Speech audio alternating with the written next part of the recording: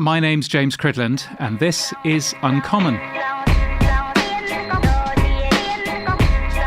This podcast is brought to you by Neuralle Media. Are you an entrepreneur or marketer who needs help making podcasts, video, or animation? Perhaps you don't have time to manage a freelancer or the budget to deal with an agency. Well, Neuralle Media can help you with simple and affordable content creation, saving you time and money by taking away the pain of producing that content. To learn more, head to neuralle.com/media. That's neuralle.com/media. Play around with our pricing or request a callback directly. Listeners to the show receive a special discount by using the promo code UNCOMMON. Welcome to another episode of Uncommon. My name's Jordan Michaelides and I'm your host. In this episode, I have for you James Cridland. James is the founder of Podnews and Media.info. With an impressive career at leading organisations such as the BBC and Virgin Radio, he's clearly earned the title of radio futurologist.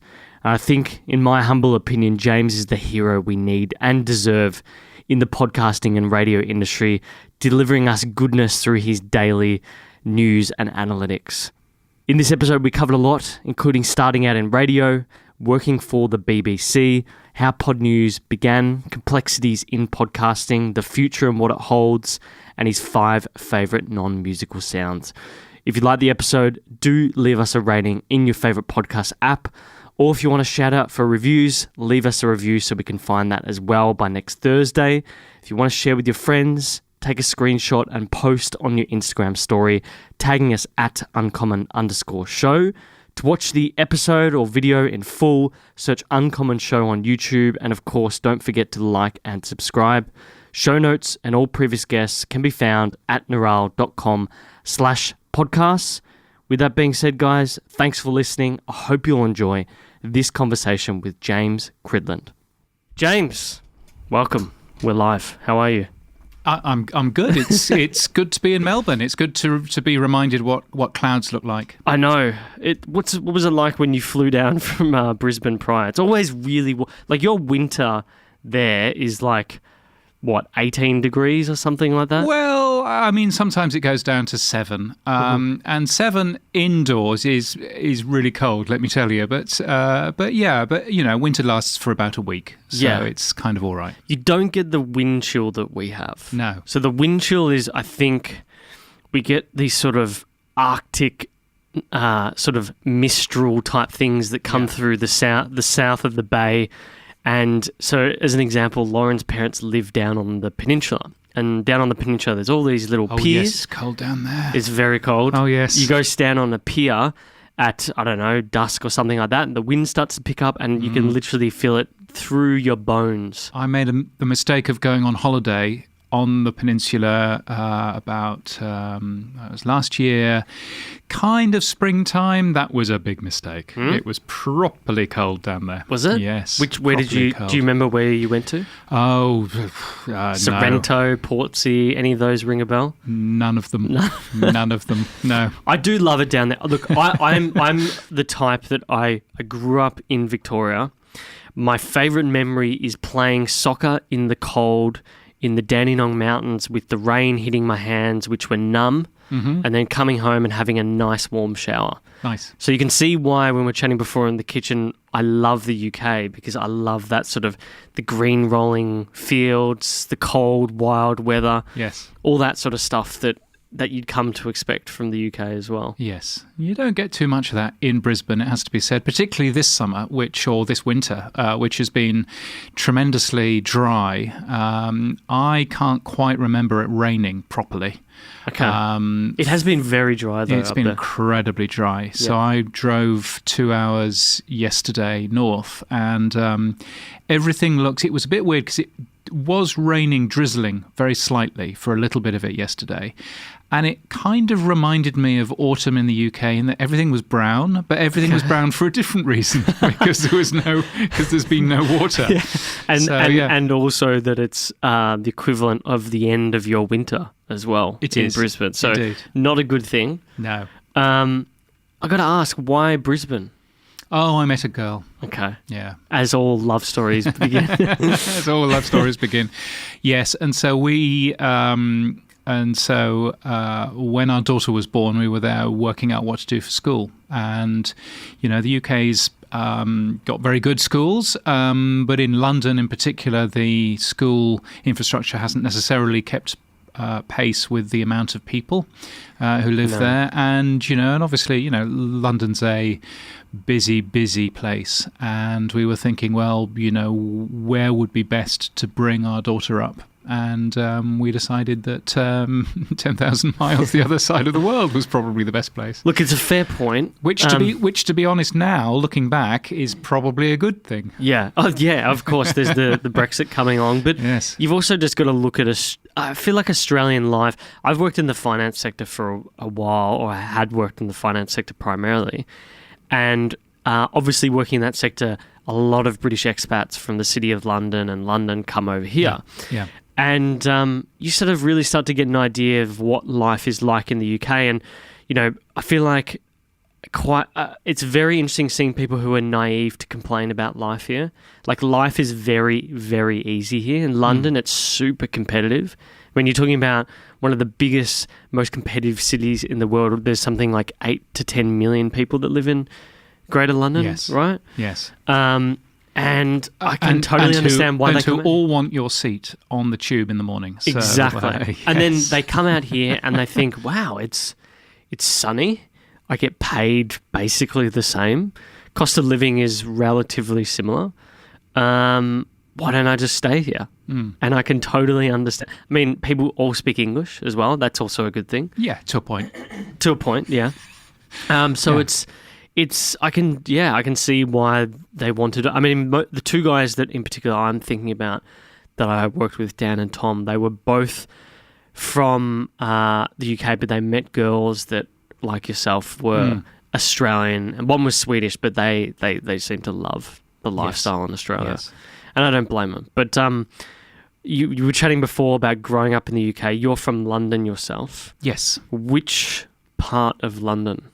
Well, I was born in Hammersmith. Obviously, I couldn't live in Hammersmith because I'm not made of money. So I ended up living in North London, very close to a place called Cockfosters, which everybody knows where Cockfosters is because you hear it mentioned on the train. Tube, yeah. Yes, all the time. And so I lived in a lovely little place called Southgate.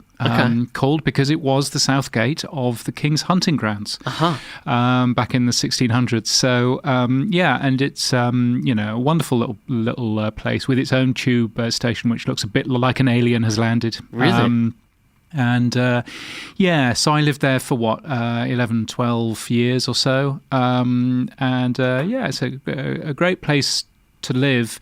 If you're working in media, really, at the time at least, there was no option. You needed to live in London because that's where all of media was. It's becoming a bit less London-centric now, but that's certainly as it was. So, so I moved down there to work for a bunch of stations and a bunch of organisations. Yeah. Who was your team that you supported growing up as a kid?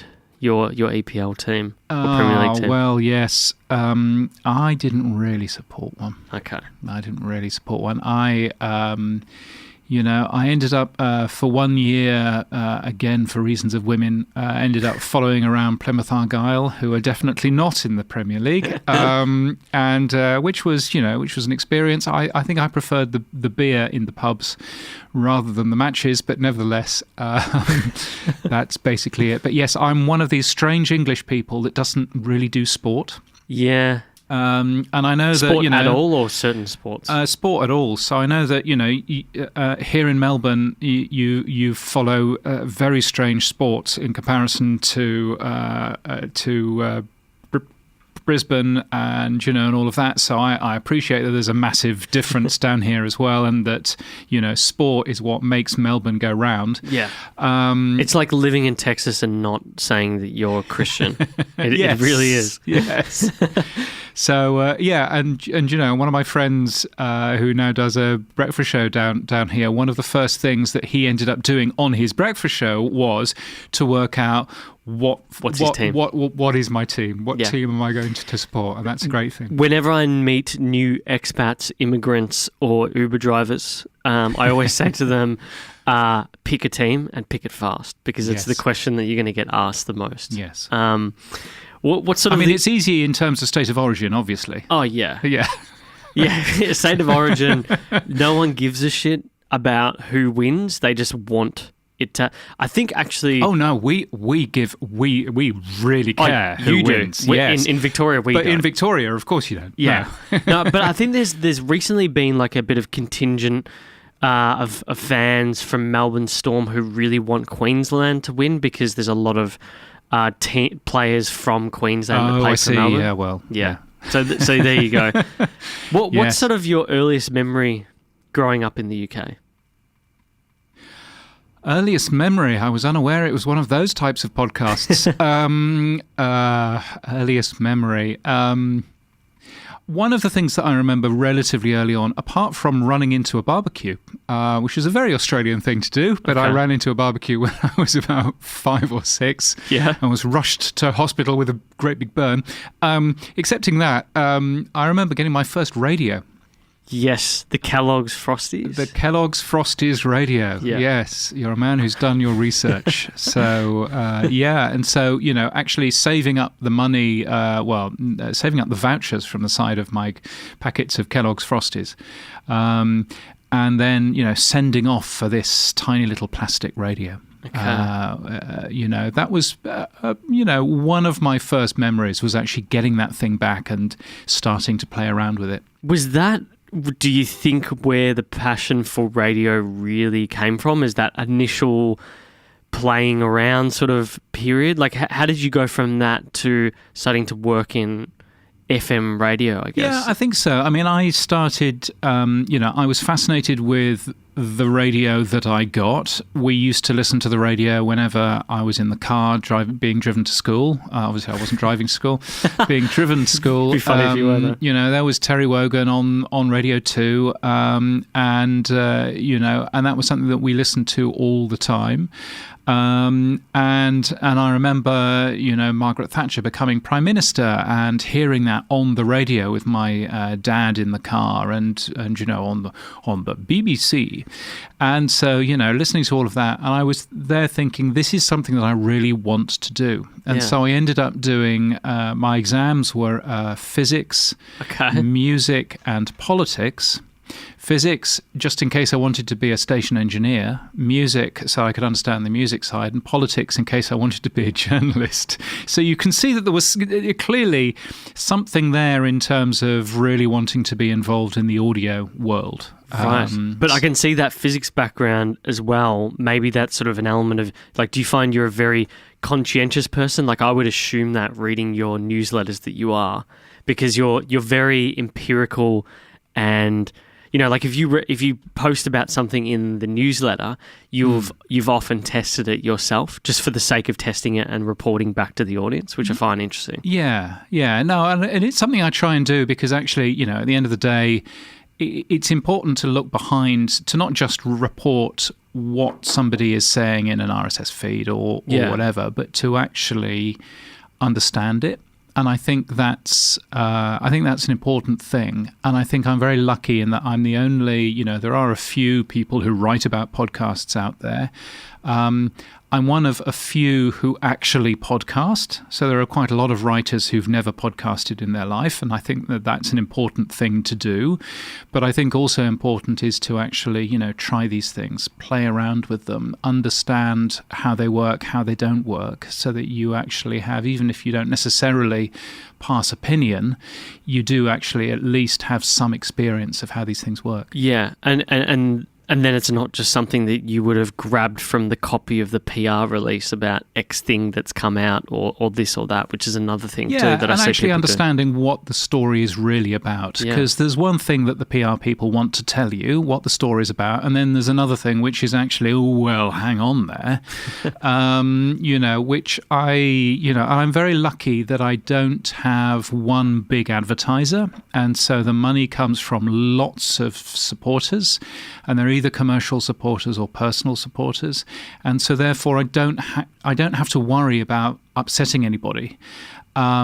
And it's very easy, I think, if you work in radio or you work in newspapers to go, well, we don't really want to upset, Commonwealth Bank, because Commonwealth Bank spends, millions of dollars in our advertising. And so therefore we don't really want to upset them that much. And from my point of view, if I really, really, really upset, whatever company, then I earn $50 less if they pull their supporting. So from my point of view, I think that allows me to be much more honest. And, to give them their due, I've broken a couple of stories which haven't been as positive to some companies as they would probably have wanted. And to give them their due, there hasn't been a single company that has said, right, well, we're not supporting you anymore. So that's quite nice to see. That's a good thing. I was literally about to ask that. Have you had many people pull out on that basis? And it sounds like, I think they understand what they're getting into when they sponsor your... Yeah, I think they do. And I'm very careful to explain what they're going to get out of it, as well. But I think, there was a point where fairly early on in the history of Podnews where I was writing about iHeart. And iHeart were doing something, and it was probably a big mistake of theirs, but they were doing something that was essentially meaning that every single page load of their website was counting as a podcast play as well in their stats. And so I looked at all of the technology behind it and went, wait a second, there's something really weird going on here. Contacted them for comment, blah, blah, blah, eventually published a story, and I thought, well, I'll never get support from them. And within 3 months, they were a supporter. Really? And I thought that is, they've got, that's a very grown-up thing to do. Well, I think to your, I guess to give you a compliment, you are the anti-Dunning-Kruger effect, if that makes sense. I've never read something and thought, you seem very fair and reasonable, and you can tell that. I think just that empirical approach to things means that if someone sees something that they would ordinarily disagree with, they know based on past experience that you're probably being reasonable. Like that, you wouldn't read and go, "Wow, that person's a fucking idiot. They have no idea what they're talking about." Because there's been multiple moments where I've read newsletters where I have, a very specific knowledge in this area and thought, yeah, that's actually a fair point. So I guess having that approach has probably helped you in that regard. Yeah, well, I mean, it's kind of you to say. I think, having worked in radio for 30 years as I have now, and worked in the podcasting field sort of off and on since 2005, I think that's quite useful to have that history and that knowledge, and be able to, what I try and do a lot is to put things into context, and to actually explain who these people are, and to explain, because there are new people getting involved in podcasting every single day, to actually explain who these people are, why this story is important, is I think a very important thing as well, and not just to have a look at whatever story is being spun by the PR people. The context part is big, because a lot of people miss, a lot of reporters don't, I guess, frame it in the context, and framing is everything. You mentioned before about your early radio career. I was actually one of the few people who probably got down to the bit on your LinkedIn profile where you exclaimed that, frankly, you shouldn't be reading this, which I thought was quite funny. We've spoken about that initial love for radio. I know that it seemed you work at Pulse FM, which I've finally dug into who was the former colleague that you worked with that committed that murder, which was... Oh, right. I found them. It was... I mean, that could be a true crime podcast show, unfortunately. It is one of my go-to things to warm an audience up, is to point out, here is a photograph of me on a radio station, and there's a really important and really good DJ who has moved on to do all kinds of other things, and there's somebody who's in prison for killing somebody. It really disarms the audience. And then I just sort of pass on, and it's fun to do, yes. But it came as a surprise. How did you land that first job? Oh, well, so I was really keen to work in radio, in some form of radio, and having had that conversation about not interested in sport whatsoever, of course, the first thing that I did is I wrote to the radio station and I said, is there any chance that I can just come in and help? I'd just love to help. Please let me help. And so I came into the radio station for a week to help in their newsroom, which was essentially, taking bits of tape and erasing it, and really tedious, low-level work like that. So they could reuse the tape and whatnot. Yeah, so they could reuse the tape and all of that. And so technically, the first job that I did at a radio station is I carried the mobile phone for one of our reporters. Wow. And they were really, really big mobile phones at the point. So that shows you two things. Firstly, how technology has changed, and secondly, they had reporters that would actually go out of the radio station, which was which is an amazement now. But anyway, so you've got that side, and then I ended up working for the sports editor who saw me that week.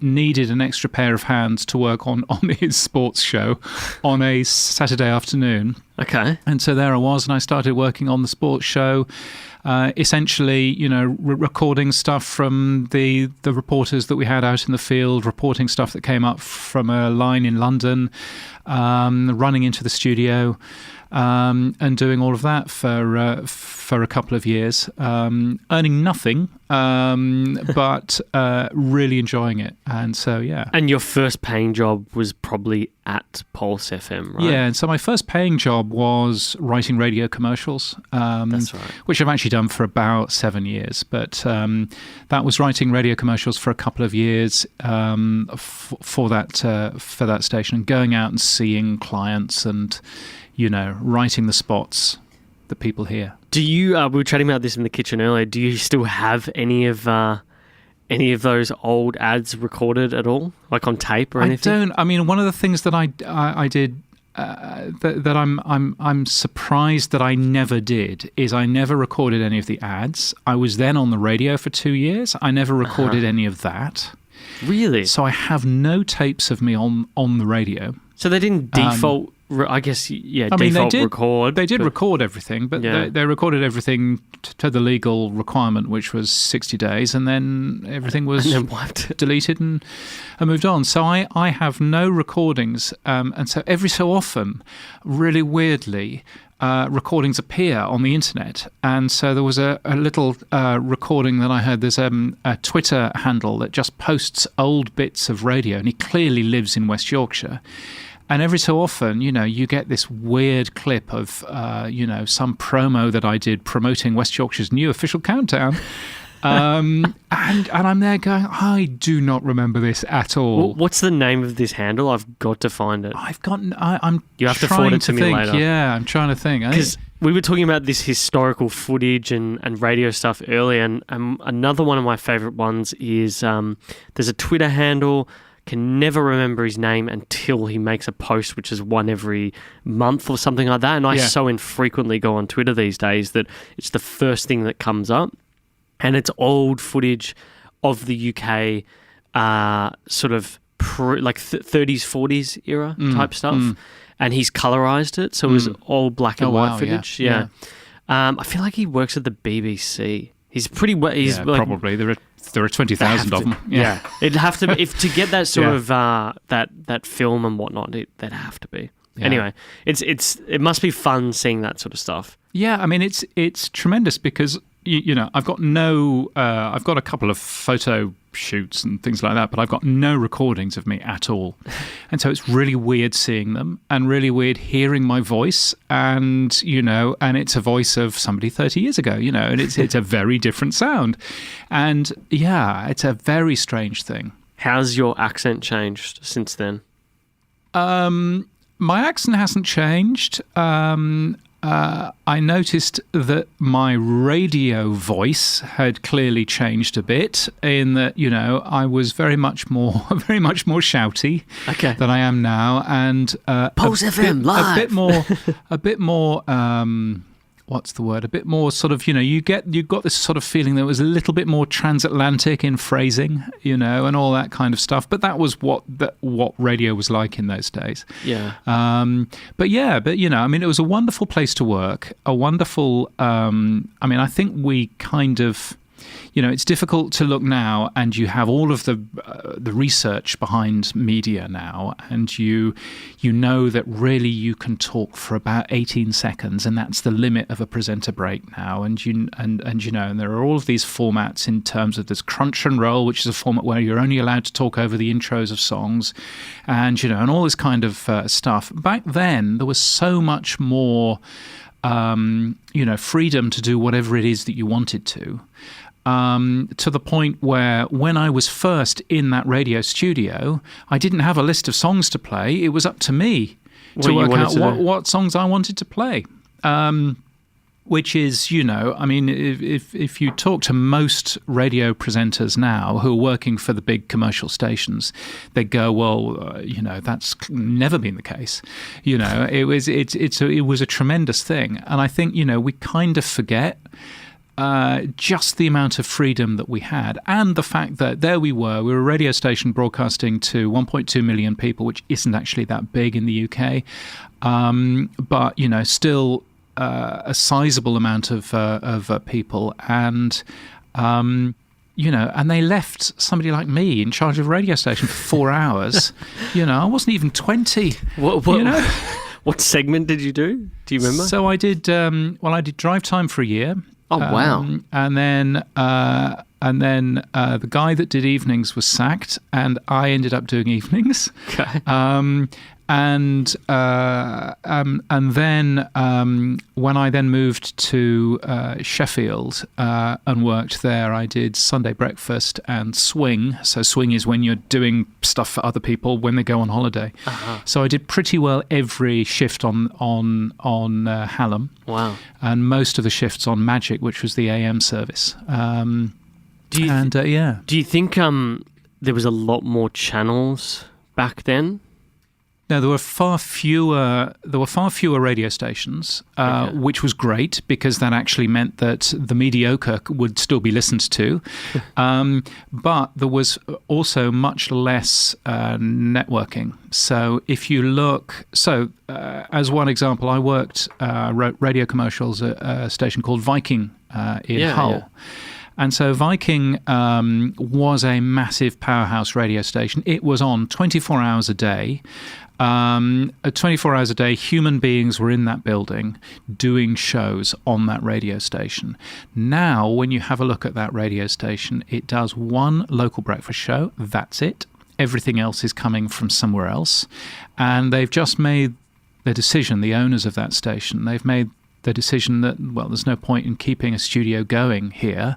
We're going to close the entire radio station down, and Viking will still have a local breakfast show, but it will be a local breakfast show piped in from studios an hour and a half down the motorway. What's the point? Well, you kind of do ask yourself, what's the point? But what a change. What a change from being something that was you felt proudly local about to something where even the breakfast show, the Viking FM breakfast show, is coming from Sheffield.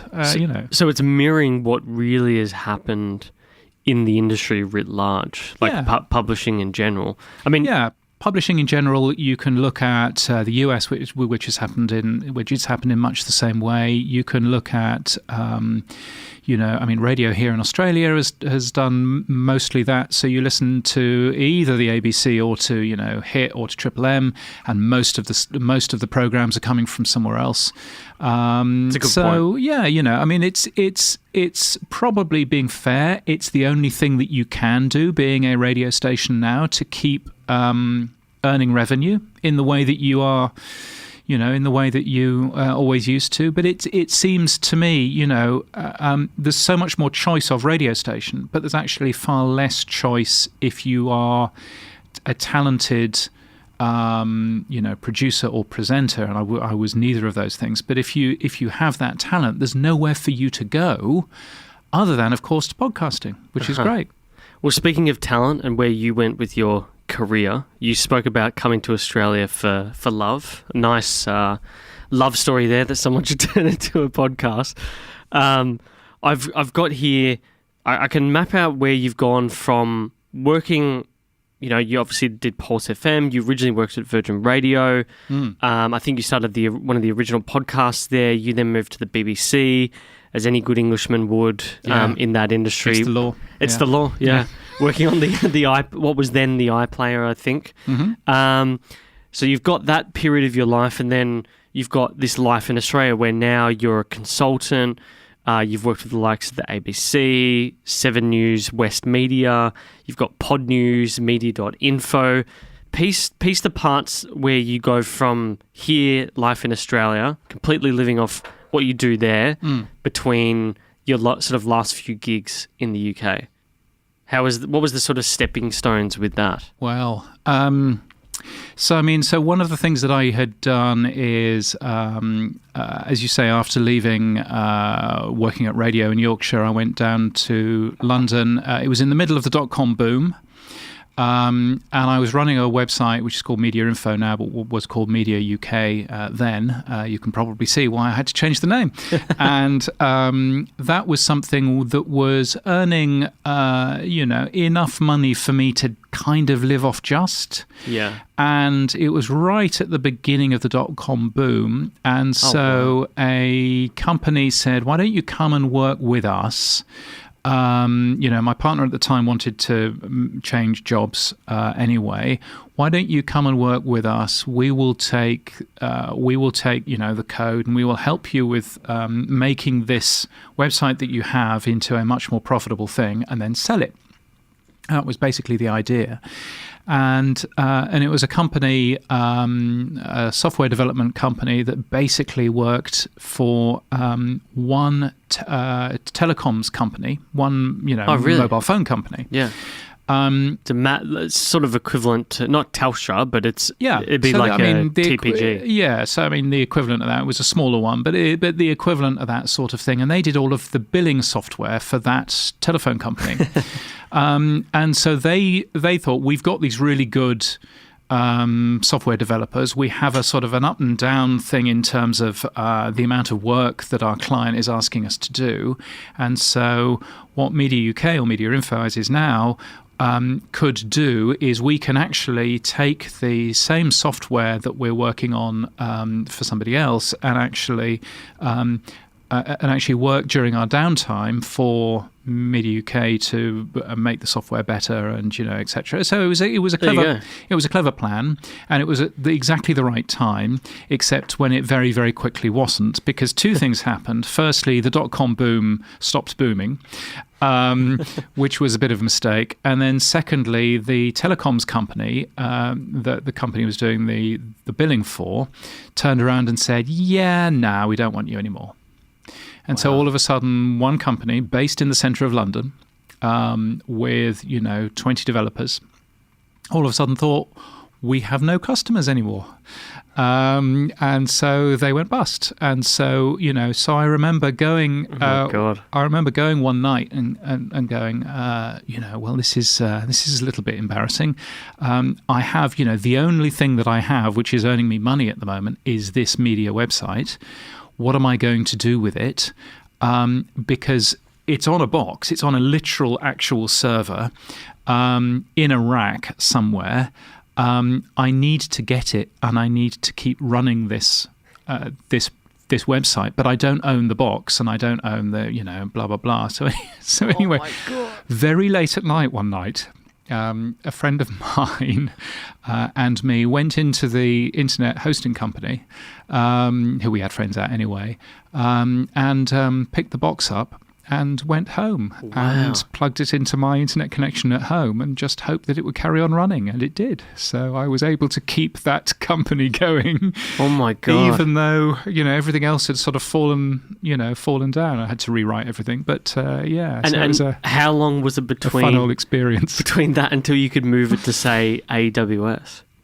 So, How many years? Oh, I mean, years and years. So literally that website for a full year or so was running on a laptop that was underneath my stairs at home at the end of an ADSL line. But it worked, and I was able to actually keep the thing running enough to then go to it's a company called Fanatical Support. Who are they? Robert Scoble worked for them for a while. Really? What were they called? Rackspace. Oh, So Rackspace, So I ended up buying a Rackspace box, which is hugely expensive, and running it off there for some time, and that kind of worked. And then eventually AWS came along, and and my hosting costs went down and down and down. So that was helpful. But by that point, I'd made the decision to go and work for. I worked for Virgin Radio for 5 or 6 years. Okay. First, and worked at the BBC for 2 years. Yes, and then left the BBC in 2009. I don't think I was quite ready to work for the world's largest broadcaster, having worked for very small companies in the past. Working for the world's largest broadcaster is a bit difficult. Yeah, I could imagine just a little bit bureaucratic, tiny bit. Just a bit. Yeah, slightly, a little bit political in a 20,000 headcount organisation. Yeah, so I mean, the way that I used to talk about it at the time was that when you go and you watch a play. Okay. You go and you watch a play, and everybody's brilliant, and the orchestra's great, and they play in time and everything, and all of the actors know their lines, and it's and the lights work and everything, and it's just brilliant. And then you work for that play. You work behind the scenes, and you realise that the leading man and the leading lady hate each other, and she's having an affair with this guy, and this person's an alcoholic, and the orchestra, that person is never there in the orchestra, and blah blah blah. And you realise that what you get to see when you're sitting in the audience is a very different view to what you get to see once you're actually working behind the scenes. Uh-huh. And that was very much my experience at the BBC. And I think, being fair, that's the experience that you get if you're working in middle management or senior management. That's the sort of experience that you get there. If you are further down, then you're actually, management's job is to shield your talent from that, which is something that I hope I did quite well during my time there. So you were a manager there? Yeah, so I was looking after, I think at one point I was looking after 76 developers. Jesus. On their websites. And some incredibly intelligent people and some really good people there. But my goodness, the politics nearly killed me. So you left the BBC. You had Media.info for a while now. Where did Podnews come into it? So I started working as a radio consultant, and I still go and talk at lots of conferences across the world, and helping companies about what the future is and where the future is going in terms of radio. And I went to the Worldwide Radio Summit, which is a thing that happens every year in Los Angeles. And I kind of joke in that it's a bit like, Worldwide Radio Summit is as worldwide as the worldwide, baseball championships are. It's not that worldwide, but nevertheless, there are a few people that come from overseas. And I was chatting with a friend of mine in the bar after the first day, and we were talking about podcasting. And he said, what really annoys me, this is an American friend of mine, what really annoys me is there's nowhere to go to get news about podcasting. There's plenty of places to go about radio, okay, but there's nowhere to go to get news about podcasting. And what year was this? And that was 2015. Okay, right. And so I thought, well, that's interesting. And I've been kind of doing something around this, around, the future of radio as a newsletter for a while. So I understand how that bit works. I understand how the internet works. I understand how podcasting works. Maybe this is something for me. And so about 3 months later, I'd done a few trial runs in terms of workflow to work out when I could fit it into my day, because that's an important part of doing this. Yeah. And working out what the quickest way of doing it could be.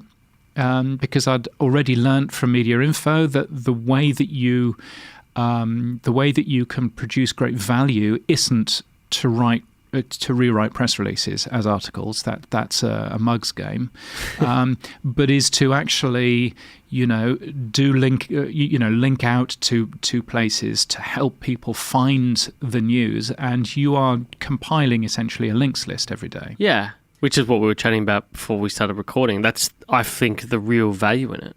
Yeah, because actually instead of just seeing somebody trying to rewrite a press release and really not adding that much to it, actually linking to the press release or copying and pasting the press release and being really open and honest that that's what you're doing is actually just as valuable, because you're actually, linking somebody to the full amount of detail that company has given you. And occasionally, yes, by all means, write a full article about X, Y, and Z that's going on. But your main focus is to curate that list of things which are going on that you should know about. Yeah. So I sat there and I sort of played around with the timings, worked out what would work for me in terms of a daily newsletter, and then put that live at the end of May in 2015. May 2015. And how long after that did the podcast come along? And so the podcast, people were saying Podnews, so it's a podcast, right? And I was saying, no, it's a newsletter. And they said, why don't you make it into a podcast? And I was thinking, well, A, because that would be a lot of work. And B, because it's a links list. It's a list literally linking out to interesting stories that I have found that day. You can't really make that into a podcast. Well, it turns out you can. But it's a slightly different experience. And so the point of the podcast is to direct people to the newsletter, is to remind people that the newsletter exists. It's another touch point out to people. And it is there. It's a 2-minute news briefing. It's available on, smart speakers, which actually is where quite a lot of the traffic comes from. Really? Which speaker in particular at the moment? Both Google and Amazon, but Google more so, I think. But yeah, and so it sits there as something which is reminding people that the newsletter exists, helping people find the newsletter in a different, in a different experience. And again, it comes from my radio days of talking to radio people and saying, you have some great content. You need to really get the most amount of value out of this content. So don't just broadcast it once. Yeah. Broadcast it more than once. Stick it online. Do a transcript. Send the transcript out to the local press. Do as much as you can if you've got some great content that you actually have there. And so I'm hopefully doing a bit of that for myself there. I think so. I think, an example with ours, like, you just got to document as much as possible. And I remember we had one of the gentlemen, Courtney from Nearly Media, on. He was talking about the fact that you've got to get the video, you've got to get audio, create promo clips and all that sort of stuff. I think that's really what major media organizations and the best creators do really, really, really well. They create that sort of pinnacle, like a pyramid in a way, that base, and then things that sprout up beneath that. Which is really important. It's massively important. I mean, if you think of a radio station of, Hamish and Andy being a great experience of some really good Australian former radio presenters, but nevertheless radio presenters. And you look at what they did, and yes, they made a great radio show every single afternoon, but they also made great social media content that they shared. They made great experiences which you could actually, use in different ways. It was a really good example of something that everything would pull you back to the radio show, but there was lots of other stuff there as well. And I think, anybody that can make the most out of the content that they have and get the best value out of it, is really important. Yeah. If you think about your day to day, what does that what does the process look like for curating something like Podnews? Are you literally sitting there consuming media throughout the day amongst other obligations you may have, like the talk that you've got to do, I think, tomorrow, or how do you sort of look at that breakdown of work? Yeah, so I mean, it really depends. But one of the things that I worked on with Podnews when I was sort of, having a play and seeing, will this actually fly as a thing, was what can I do to make my workflow as simple and straightforward as possible? And I'm lucky in that I can code. Okay. And so the website itself is my own code. That's good. So I can actually then go, what is possible? What am I able to do? So as a case in point, if you read the Podnews newsletter, at the bottom of the Podnews newsletter, virtually every day are a list of new podcasts or podcasts which are in the news in some way, shape, or form. And there's a little square of the artwork of that podcast there, and there's a link that leads you off to a podcast page, so that you can subscribe on whatever it is that you want to subscribe to, and blah blah blah. And all of that is laid out in a particular way for that section of the newsletter. I don't do any of that. I literally link to a podcast, and my code goes, oh, he's linked to this podcast. I'll go and I'll get the artwork and I'll put it here. I'll go and I'll get this and I'll put, so all of that stuff is all completely automatic, so that I can spend less time on producing, on doing the boring, the boring work of layout, and spend more time getting the story and actually being able to produce something which looks as simple and straightforward. And so if we're looking, because I was just reading yesterday's this morning, I love, by the way, how you've got that thing. It's like, this will take you 2.7. I'm guessing you've got some sort of automatic calculation, yes. Sort of like how Medium's got that. Yes.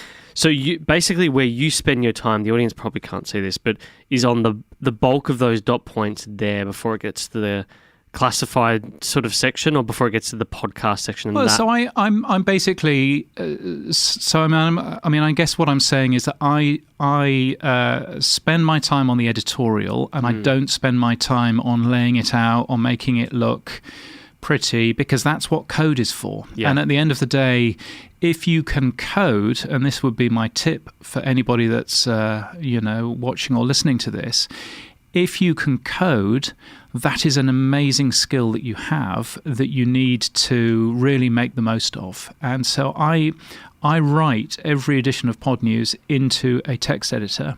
I use a thing called Markdown, which is just an easy way of adding links, so that I never have to touch a mouse. I'm just writing stuff. I never have to worry about I need to highlight this word and then find the bold button and do all of that stuff. No, because you just use Markdown. It's really quick and really, really simple. All of the adding of the so I made some mistakes when I started taking sponsorship. I made some mistakes of occasionally forgetting to put the sponsor in. And I thought, this is a mistake. And then I thought, but I'm a coder.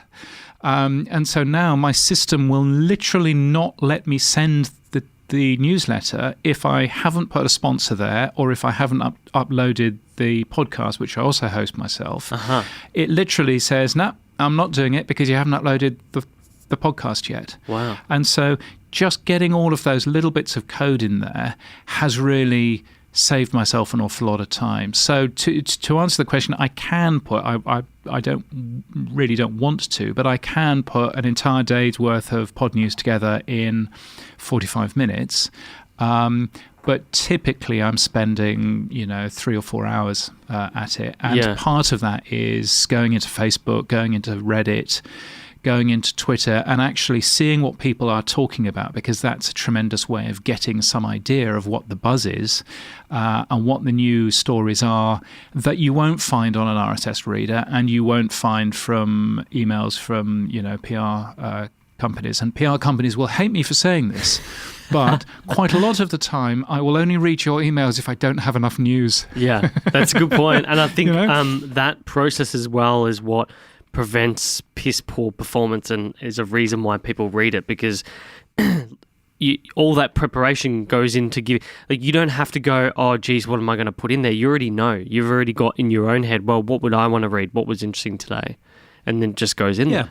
Yeah, and I use Google Keep an awful lot, which is basically I will just share anything that that I see which is interesting. I'll go, all right, copy that into Google Keep for later, and then when I sit down to write the newsletter up, it's just I open Google Keep and there are 20 stories, and I then work out which I'm going to actually keep. Yeah. Well, look, as I was saying earlier, I think it's probably if anyone has a podcast or is interested in the space of audio, let's call it radio, podcasts, voice-based platforms, I think you've got to have Podnews in there because I was saying before, I've got 4 at the moment. I've got Value Investing World, which is really your investing finance, Podnews, the DigiDay video briefing, and then Tim Ferriss's weekly mailer as well. I mean, if you're bored enough about the future of radio, then I would also recommend my Radio Trends newsletter, which is at james.crid.land.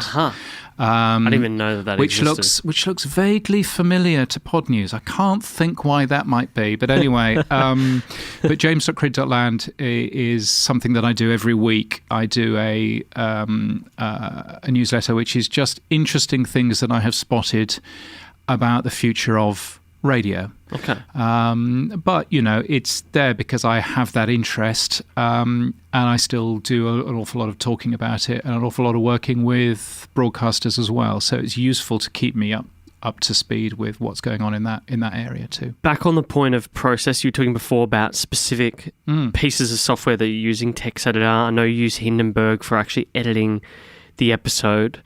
I found it interesting looking at some of your talks, and you were looking. I think you were demonstrating a product called Script Editor.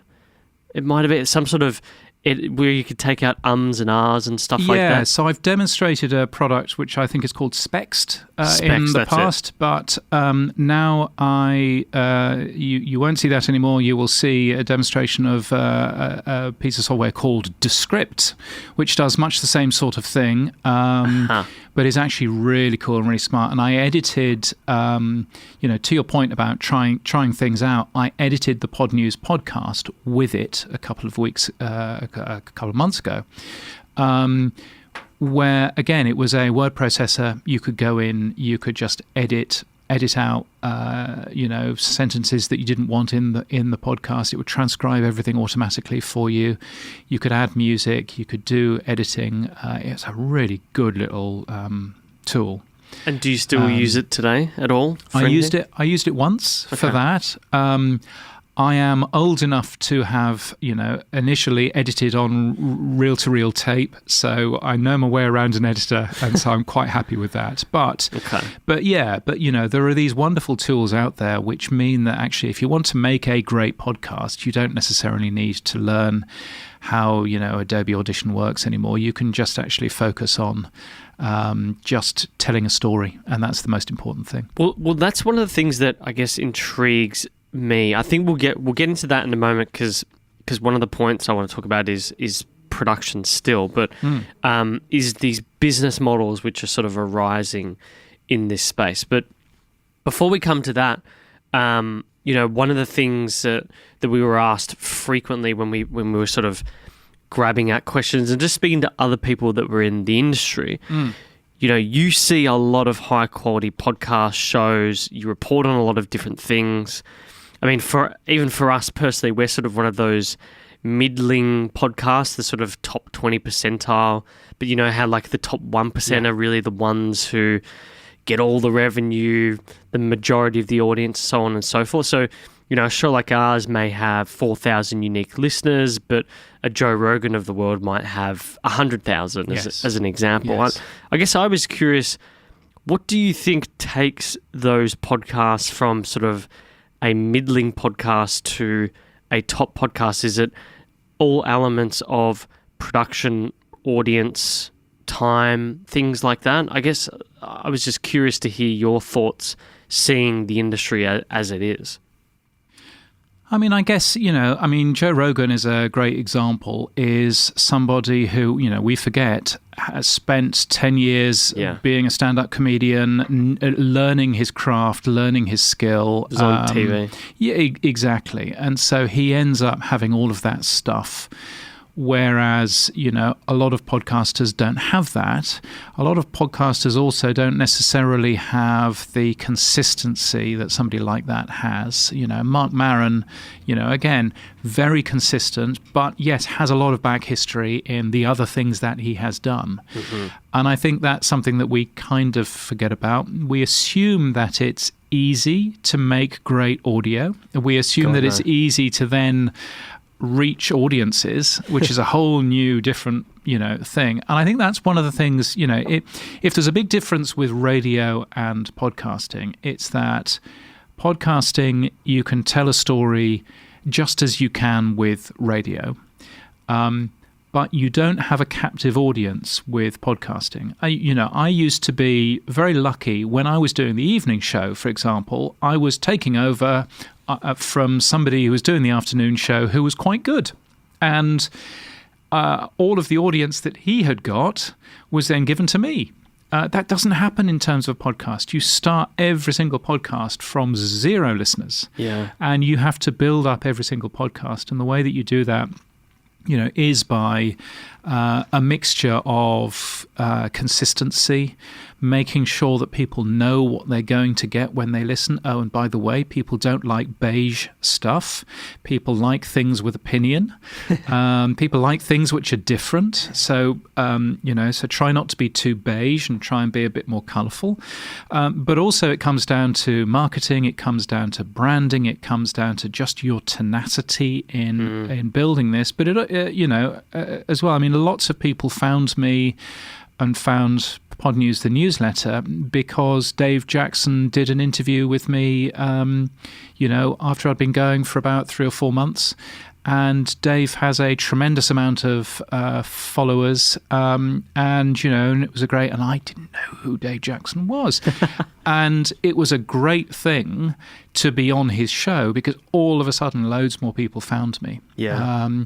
And now I've got something where, because I'm geeky and I can do it, I've got alerts now on my mobile phone every time somebody subscribes, which is quite a scary thing because you're then sitting and you're watching and you're going, oh, that's another person. How are you getting these notifications? Is it like a push notification? Yeah, so I've patched them into the company's Slack profile, and oh my God! And so it sits there and tells me every time things happen on the website, and a subscription is part of those.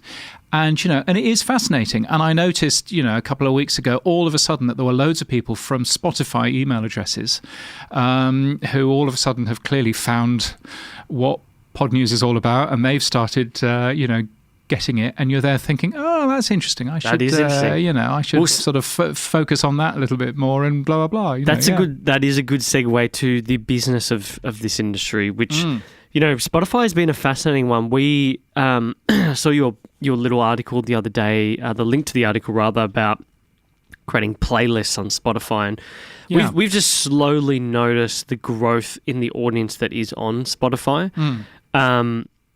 I want to touch on the point of discovery in future because that is a really good point. It's very, very hard to do. I mean, for us, the biggest thing that we've had for discovery is obviously social media, but filming video. Video has made it a real thing. People know that we're people and that we're not just some voice that's there, that they're that's when it really started to rocket off, so to speak.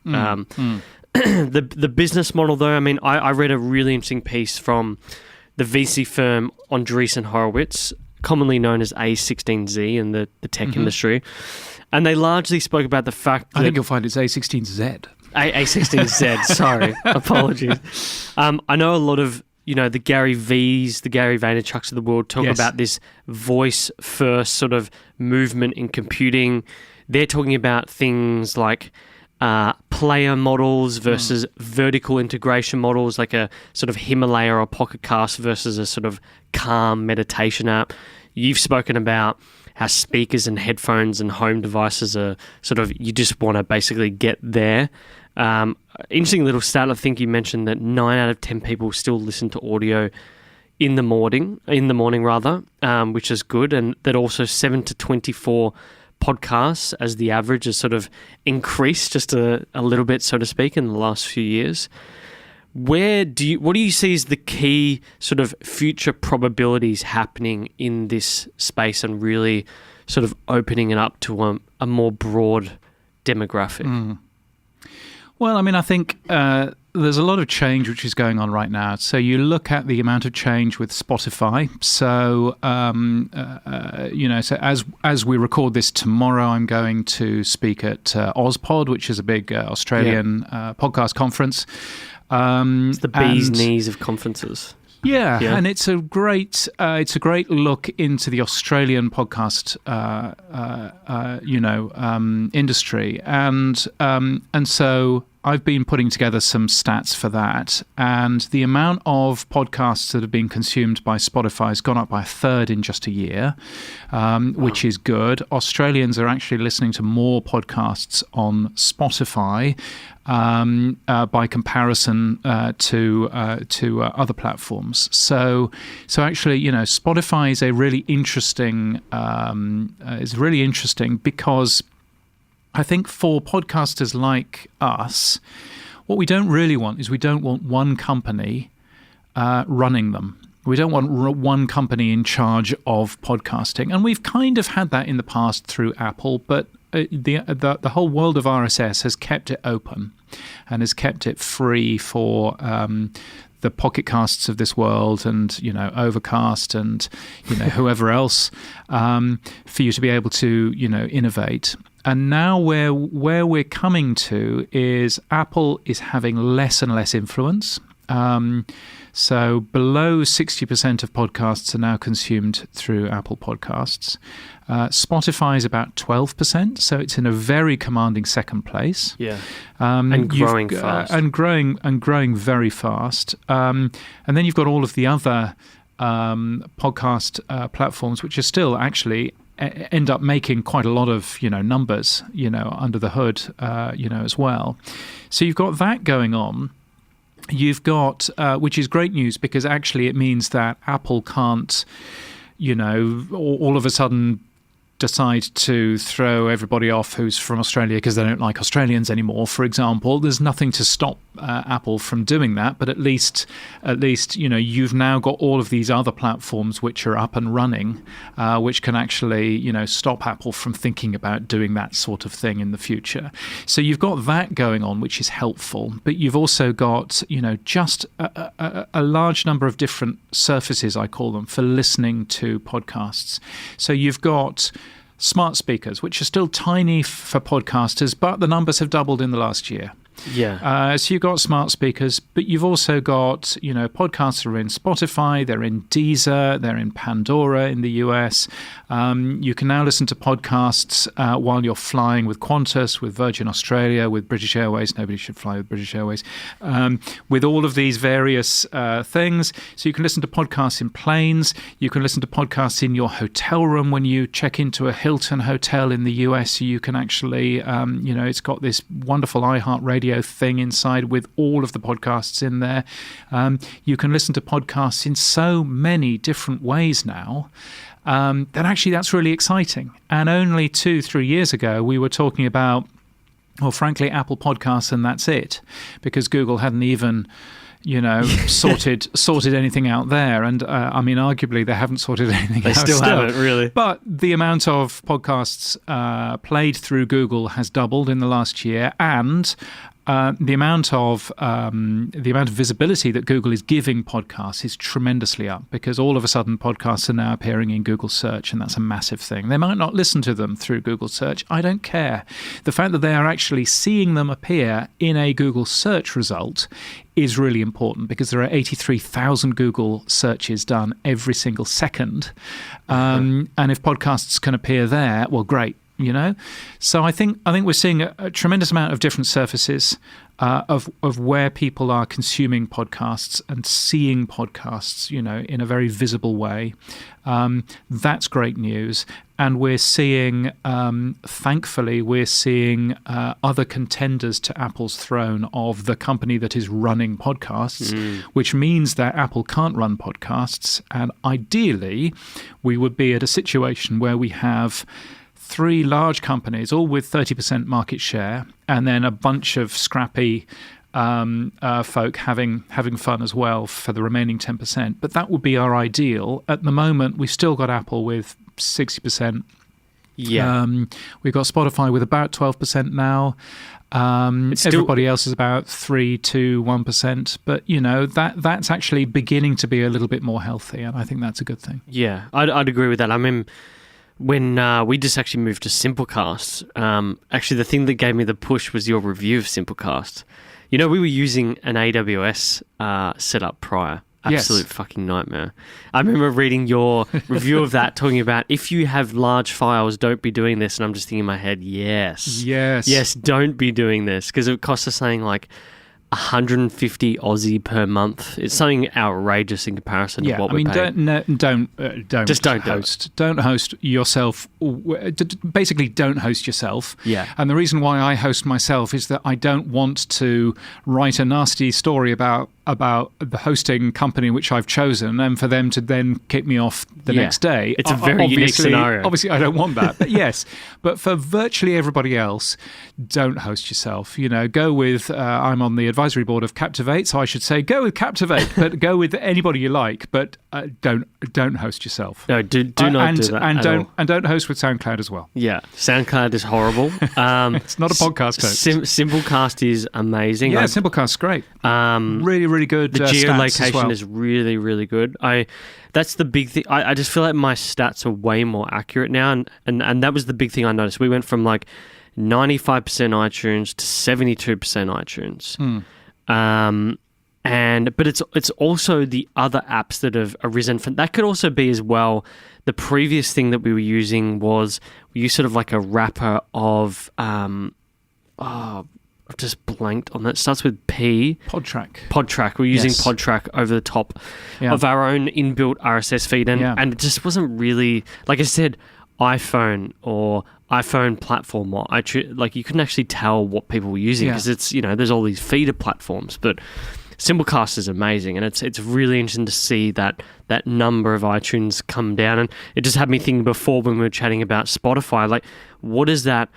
And it's probably a good segue to Discovery. What does that do for Discovery? Because in Spotify, I was just trialing it out recently as I moved from Apple Music, and there's the advertising element. Can you advertise to people who are, like to a younger audience who aren't using the premium version? So I think one of the things that Spotify is great at is that it gives you demographic stats on your listeners. So you can actually tell how many are boys and girls, what sort of age group they are, even what music they're into. Because obviously Spotify has that data and they share it with you on the Spotify podcasters portal. So that is great data that you literally cannot get anywhere else. So Apple don't share any of that information, whereas Spotify, shares a bunch of that. So that's great and really useful stuff. And what both Apple and Spotify will share is how long people get through your podcast, which bits they fast forward through, which bits they don't, where they just leave, and all of that stuff. That is tremendous data. And so using that data, not as overall numbers, because neither Apple or Spotify can tell you your overall numbers, but actually using that data in conjunction with the overall numbers that you have through Simplecast is a really helpful thing. And just sort of, looking at that.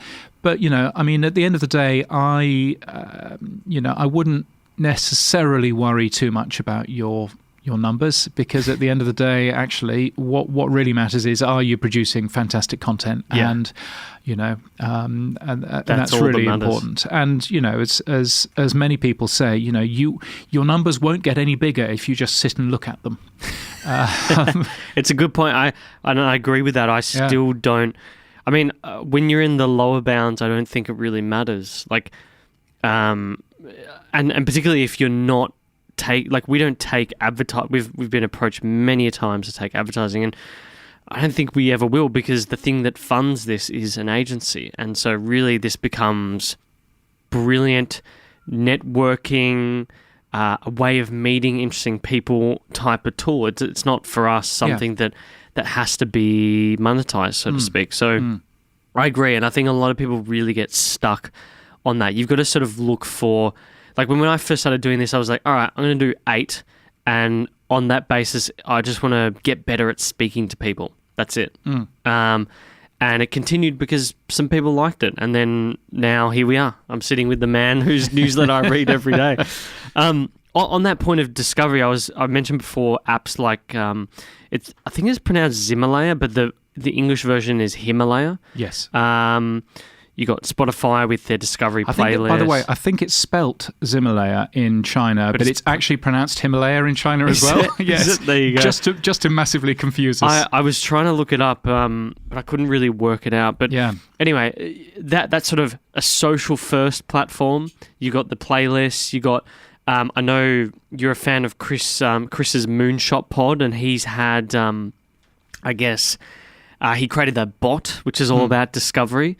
How do you see things developing for the area of discovering new forms of audio and podcasts and whatnot? Well, I think there's some really interesting stuff coming out there. There's an app called Swoot, which is much like Twitter in that you are following people and you can then see what podcasts they're listening to and that sort of thing. There's another one called Breaker.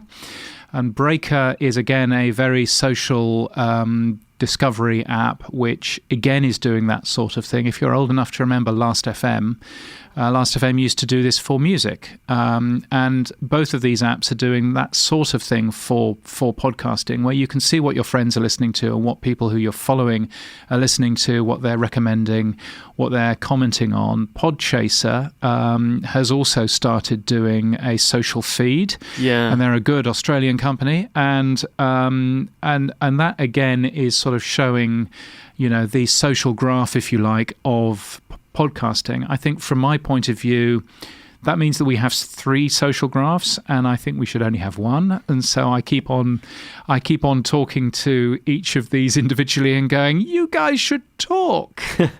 Or get together in some form. That would be really good. But yeah, so I mean, I think that there's that sort of stuff going on. That said, the ABC's figures that they released at Ozpod actually end up showing that there are a lot of people who are listening to new podcasts. And the reason why they're listening to new podcasts is because of word of mouth, which is the number 1 recommendation tool. But the number 2 recommendation tool is recommendations from podcasts. Because we kind of forget, don't we, that podcasting is a very intimate medium. People actually listen to what we say in podcasts. And so if I was to recommend a podcast and tell you to go and listen to that podcast, then quite a few people would.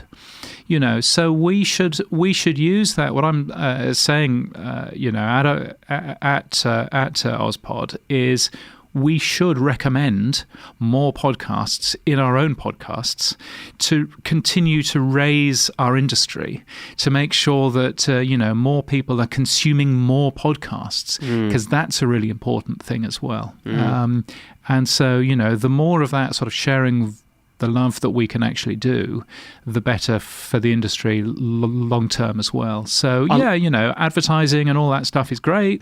I know that there's advertising for podcasting trams, here in Melbourne. I saw that. I walked past an ad in the bus stop in Brisbane the other day for a podcast. All of that is absolutely fine and dandy, but the lowest hanging fruit is to advertise to podcast listeners about what other podcasts they could also go and have a listen to. I like that. I should chat to some fellow podcasters about that, and we should that's one of the benefits of a podcast network, of course, is that you can actually do that throughout your network. Or one of the other things, so the ABC has got together with the Canadian Broadcasting Corporation, the CBC, and regularly do cross promotions, and that's both cross promotions of trails and cross promotions of actual full episodes, so that you end up hearing a different podcast that your trusted guide is recommending you. And that, to me, makes so much sense. And that's what, radio has always excelled in, and what podcasting has always excelled in terms of advertising. Why aren't we doing that in terms of great podcasts that we love as well? Yeah, I really like that. I think there's going to be all sorts of efforts, but I think little things like that are going to be very useful. And you've got me intrigued now about your actual talk at Ozpod and wondering whether it's going to be recorded. In some way, because in the past at Ozpod they've recorded certain talks, and I like watching them in hindsight. Yes, and I hope that they are recording them. I think that they are. Yeah. I think that they are. They're not streaming it live, but I think that they're recording it. But in any case, if you do a search at podnews.net for Ozpod, all one word, then you will find my talk, because by the time you're listening to this, I will have posted it on Podnews. There may be audio there may not be, but there will certainly be all of the slides and everything else. So good, because I'm going to be heading to Japan. So wow, yeah. Japan is a different and very foreign place. It's a weird place. I remember you were doing a talk and you were speaking about that, and I was like, yeah, I feel like there's travel before and after Japan. Yes. It's just such a strange place. This is sort of our third time now in the space of 2 years. We've actually got quite a few interviews going on there as well, so it should be very interesting. Wow. Before we get into some rapid-fire questions to finish off, I guess I was curious as to what is the business model of James Cridland, the futurologist, the radio futurologist, rather, even though I know you were speaking about that Lord Kelvin incident and how being dubbed a futurologist per se is not the best of things to be doing. The only reason why I call myself a radio futurologist, as I fairly often say, is that if you can print your own business cards, you can literally call yourself anything. You literally can. When I worked at the BBC, it turned out that the way that you printed business cards there is you went onto their intranet, and you were given a form, and you typed out in the form what you wanted your business cards to say, and then they turned up. And I was there thinking, this is a tremendously trusting thing to do.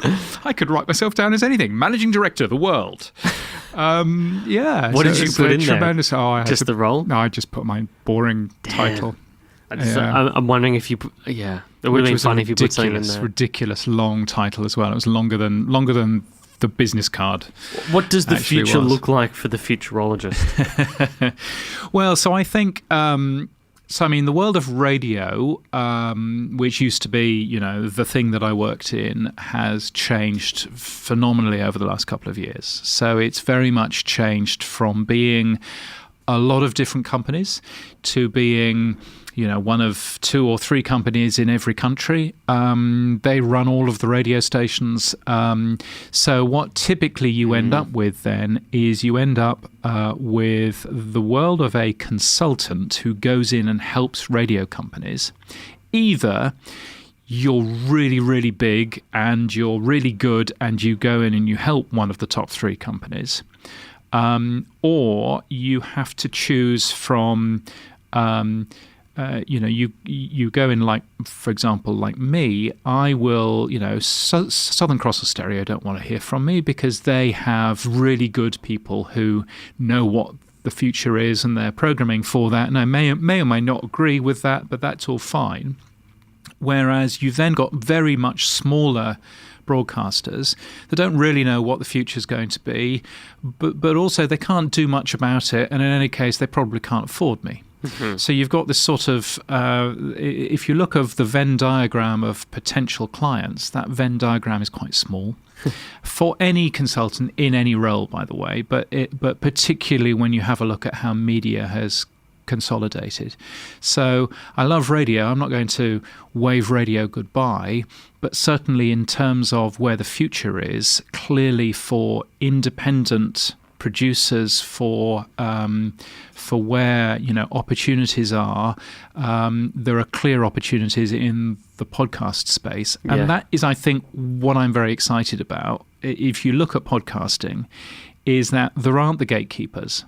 There aren't the Southern Cross Stereos and the ARNs and the Nova Entertainments of this world, who are basically in charge of the transmitters, and they're the people stopping you from getting as far as that. Anybody, literally anybody, can do a podcast and can get it onto the same platform that the ABC are on and the CBS are on and the New York Times are on, and that is a tremendously exciting thing and virtually unique in the world of media. Right. It's a tremendously exciting place because it means that literally anybody can compete with anybody else. And that's what I don't think that radio understands. And if radio do understand that, so iHeartRadio, for example, kind of understand that, which is why they're trying to get people to use their own app rather than Apple's app or Overcast or Pocket Casts, because they can control their own app.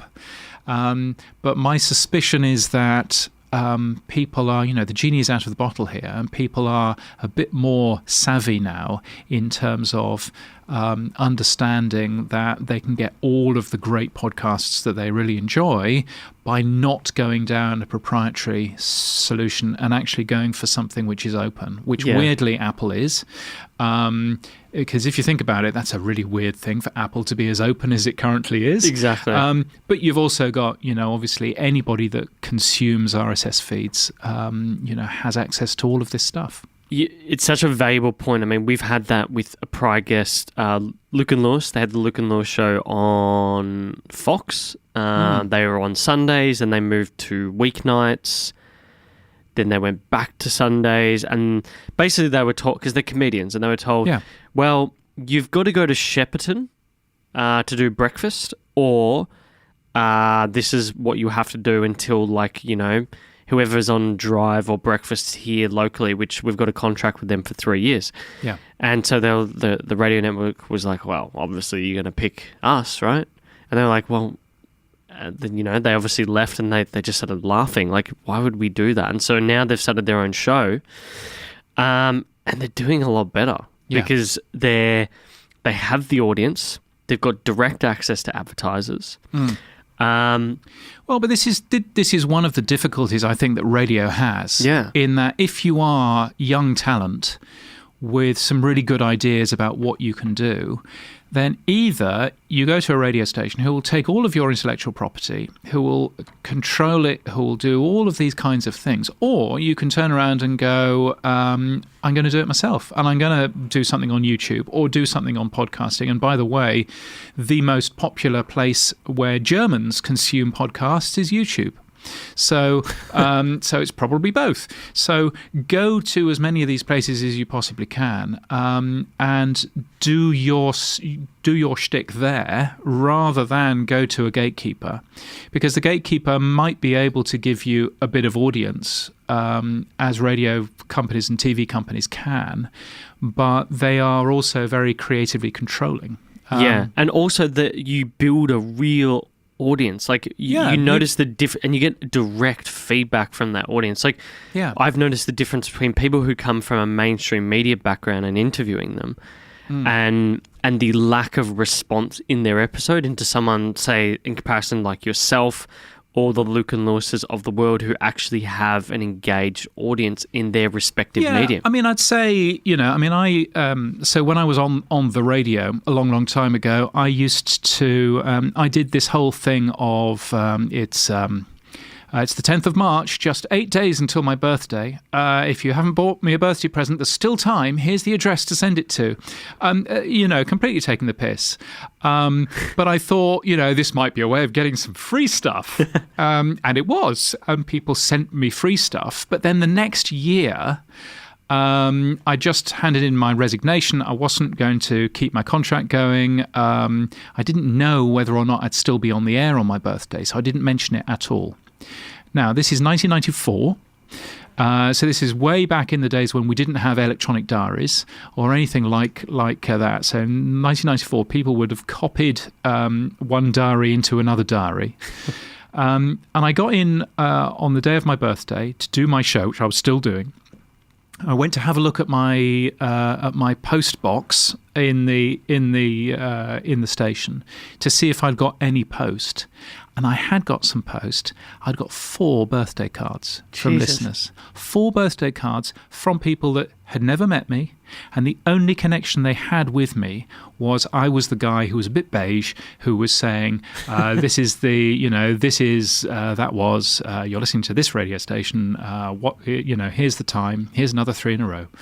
And literally that was the only connection they had, but they felt connected enough to copy from one diary to a next when my birthday was, and to then spend £3 in buying a card and sending something in. And you suddenly realise audio, and it's audio, it's not radio, it's audio, can do so much because it's such an intimate medium. Yeah. And the big difference, by the way, between radio and podcasting is radio, 50% of people are listening with other people. So when you're listening to the radio, typically you'll probably, 1 out of 2 of us are listening with other people. For podcasting, that number is 90% are listening alone. Wow. So virtually everybody who's listening to this won't have anybody else in the car, won't have anybody else in the house who's listening to this, which, by the way, is why podcasts don't do very well on smart speakers. Because they're piping this sound into their ears and they're listening in a really, really intimate way. And they are actually listening, as opposed to the radio where quite a lot of the time it's on as background noise. So there's a real difference, and that intimacy is incredibly powerful if we use it well. Yeah, and I 100% agree with that intimate connection that you get with people, that, you've spoken in the past about that human shared connection. I notice it when I jump onto Instagram on a couple times a week, and someone will message me and say, I'll just get some random message about how they love this episode, or over email or whatever, and I'm like, wow, and then, every now and then I'll catch up with a few of them, and I'll say, oh, I've got this thing coming up, and they're like, oh yeah, I know, you're going to Japan to do this and that. I'm like, I know. Wow. It's quite scary. But it's also amazing. I'll tell you what, it's also scary when you bump into people and they say, do you remember when in 1997 you were on the radio and you said, no, I don't remember. I don't remember that at all. I do. I love it. It's great, isn't it? It's why we do what we do, right? Yeah. We love that human connection. Human connection and shared experience is an incredible thing, yeah. The rapid fire questions. Here we go. Got to ask you, morning routine, what does that look like? The morning routine is normally stopping the dog from eating the doona, followed by getting my daughter ready for school and walking down to school, and then having a cup of coffee. I'm lucky enough in that I have a really good coffee shop, really little neighbourhood coffee shop at the bottom of our road. Beautiful. And it's just fantastic. And so that is my morning routine. And what about the evening? How do you sort of decompress at night? Well, Podnews goes out, the benefit of the time zone that we have here is that Podnews goes out at 9 o'clock at night here. Okay. And so therefore, quite often my evening routine is, I haven't written Podnews yet. So there's quite a lot of that goes on.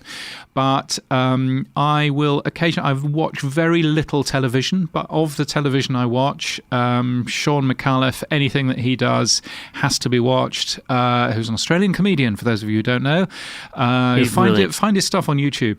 And also, quite a lot of the time I will just sit and watch YouTube videos.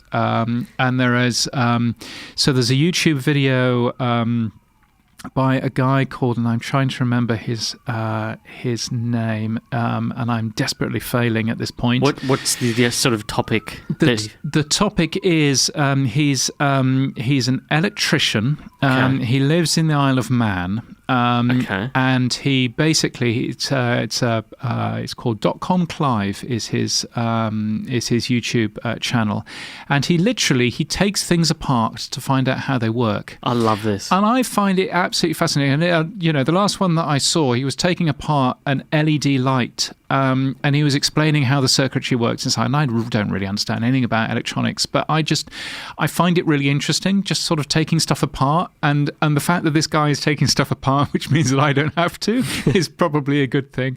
And it's just brilliant. And so I will sit quite often and watch that sort of thing, or similar.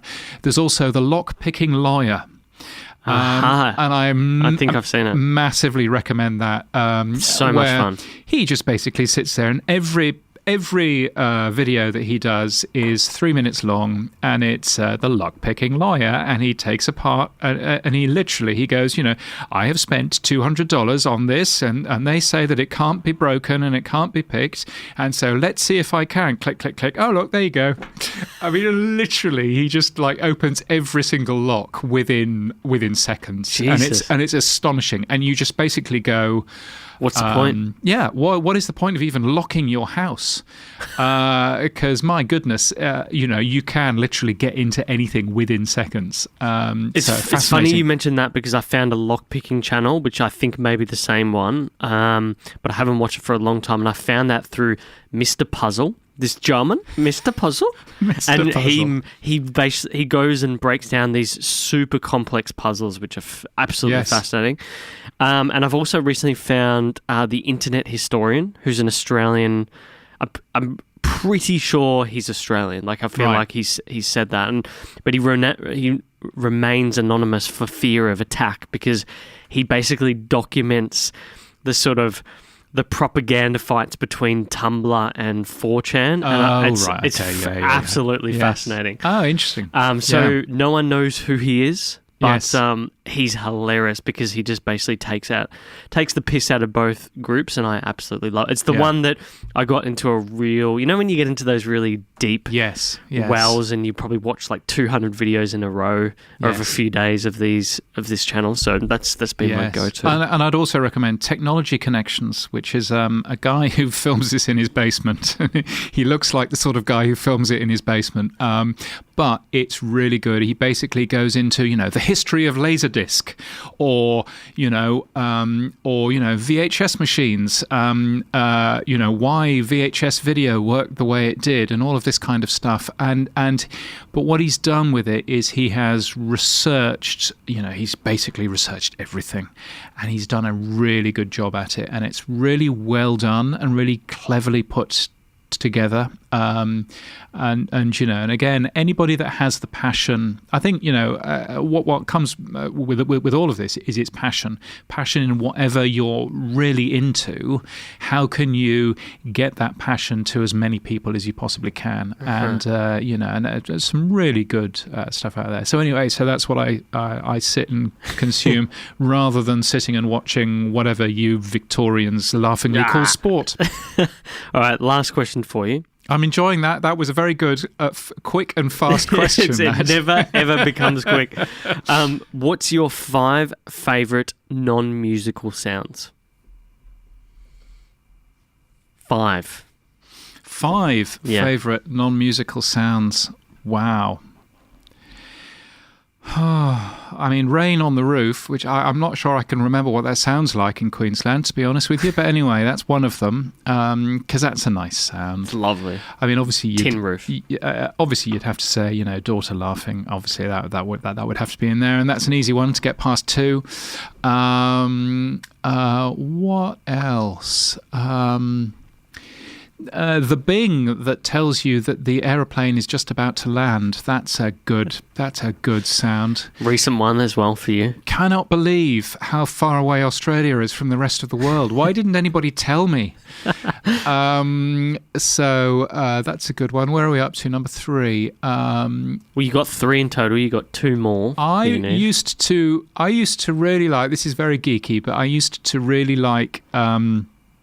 Before the days of playing music and sound effects and things on computer, you used to use these things called carts, and they were 8-track cartridges, and you banged them into a player, and then you hit play, and it would play, and then it would fast forward and whiz all the way back to the front. And that's a specific noise that just reminds me of having fun on the radio, which was a long time ago. So it would never happen again. You would literally press play to play that noise. You would press play, and then it would go.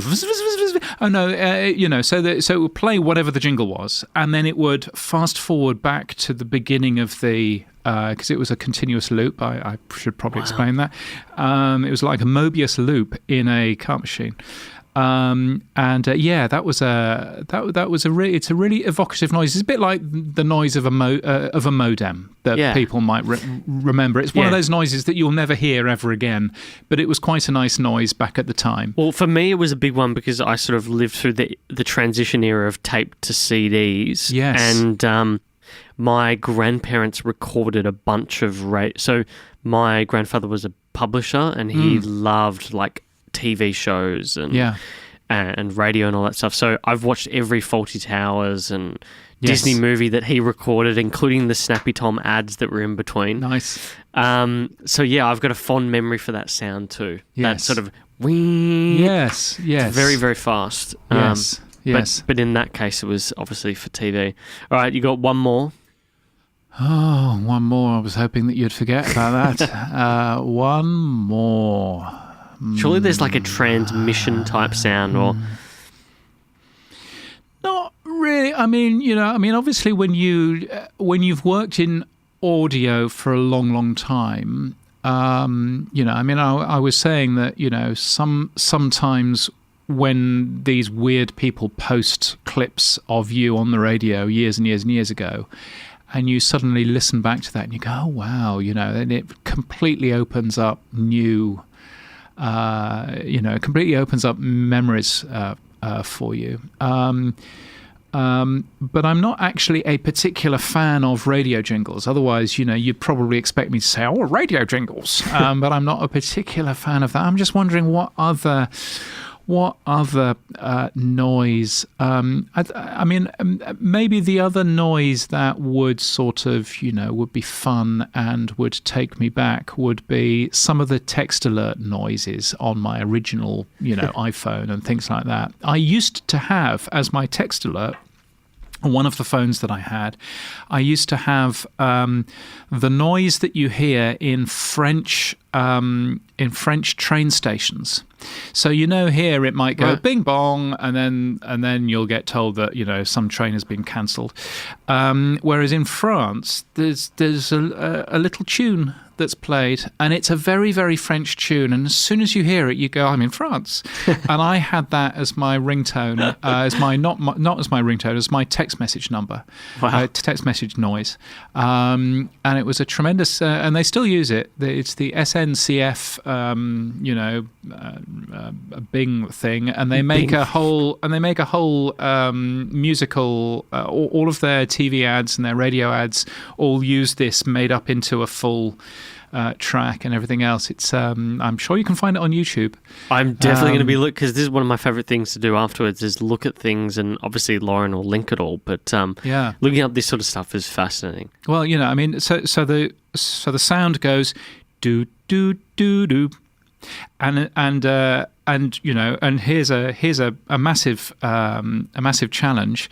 I bet you can't manage to find that and then edit it into here, where I then go do do do do, and then it works. That would be good though. Yeah, it would be good though. But it's just, and it reminds me of going on holiday and and standing in Lille station waiting for my train back to the UK, and how quintessentially blah, blah, blah. English of you. Yeah, well, not very quintessentially English, because I've just said I admire something that the French have done. No, but that's like the old cliche of the Pom goes on holiday to France and they both hate each other, but at the end of the trip they realise that they both love each other. You know what I mean? Yeah. My dad's got a partner in his business, and he's from London as well. And it's the same old thing. They go on trips all the time. You get the Neuralle. They just whinge about French people, but really... Well, and to be honest, we won't be able to go, us Brits won't be able to go anywhere in Europe now, so so it'll be dim and dark history, I would have thought. All right, well, look, James, thank you so much for coming in. It's a great pleasure. Where can people find you on the interwebs? Podnews.net, obviously. You should go there, you should subscribe. It's free. So that would be a good thing. If you're interested in the future of radio and stuff like that, then james.crid.land is my rather strange website address for that. Just type that in and you can get a weekly newsletter about that. And you'll also find me on Twitter and... LinkedIn. Well, LinkedIn if you really have to. But Twitter is good. I'm either at James Cridland or at Podnews. And you'll find me there and, virtually everywhere else. Are you on Instagram these days? No. I once tried to use Instagram and once tried to pull in data from Instagram into Media.info so that I could do charts of how well radio stations were being talked up on Instagram and on Facebook and on Twitter and blah, blah, blah. And I did all of the code for Facebook and for Twitter, and Instagram spotted me scraping their data and have banned me. And so I can't actually get into Instagram and use Instagram at all. But also, I don't really care. I'm nearly 50. Why would I? It's just kids on there, right? Yeah, not anymore. It's like the most popular platform now, obviously. But the interesting one for me is TikTok. Yeah, people keep saying it's kids on there now, but that'll be the new Instagram in the next 2 to 3 years. Which it's interesting to play around. I've had a video that's had 12,000 plus views, and I hardly do anything on it. Yes. And then other videos that have got like 100.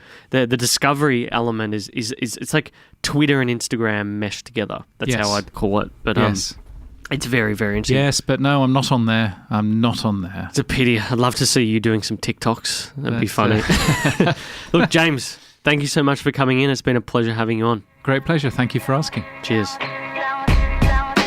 Thank you for making it to the end. Before you run off, subscribe if you enjoyed this episode, or do leave us a rating. For Instagram, go follow us on @uncommon_podcast. For YouTube, search Uncommon Podcast, and don't forget to subscribe if you're watching this video. Also give us a like or leave a comment on what you thought about the episode. But until next time, thanks so much for listening.